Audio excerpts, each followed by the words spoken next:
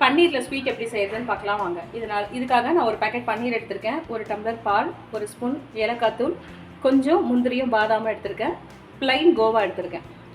இப்போ பன்னீரை துருவிக்கலாம். பண்ணிக்கலாம். துருவின பன்னீரை இதில் சேர்த்துக்கிறேன். காய்ச்சி ஆற வச்ச பாலை இப்போ இதில் சேர்த்துக்கிறேன். பன்னீர் நல்லா கரையிற அளவுக்கு இதை பொறுமையாக கிளறி விடலாம். தான் இந்த பன்னீர் நல்லா வேகணும்.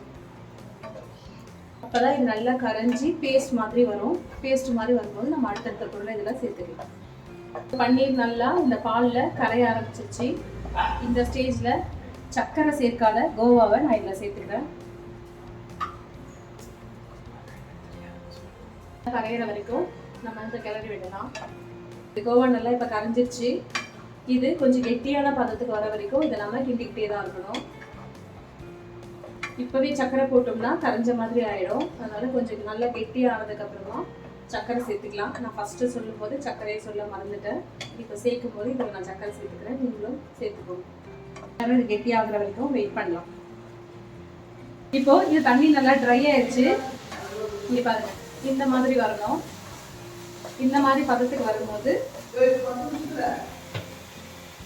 ஒரு 2 ஸ்பூன் சர்க்கரை சேர்த்துக்கிட்டா போதும். இதுக்கு சர்க்கரை நம்ம கம்மியாகவே சேர்த்துக்கலாம், நிறைய சேர்த்துட்டா ரொம்ப இனிப்பாயிருக்கும்.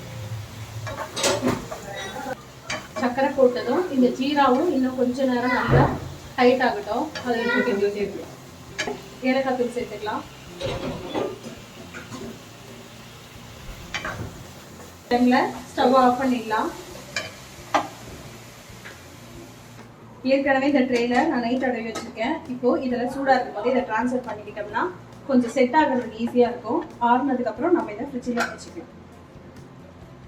இப்போ துருவின நட்ஸை இது மேலே சேர்த்துக்கலாம்.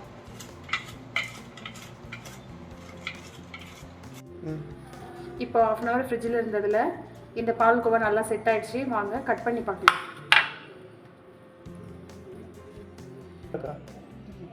சாஃப்டாக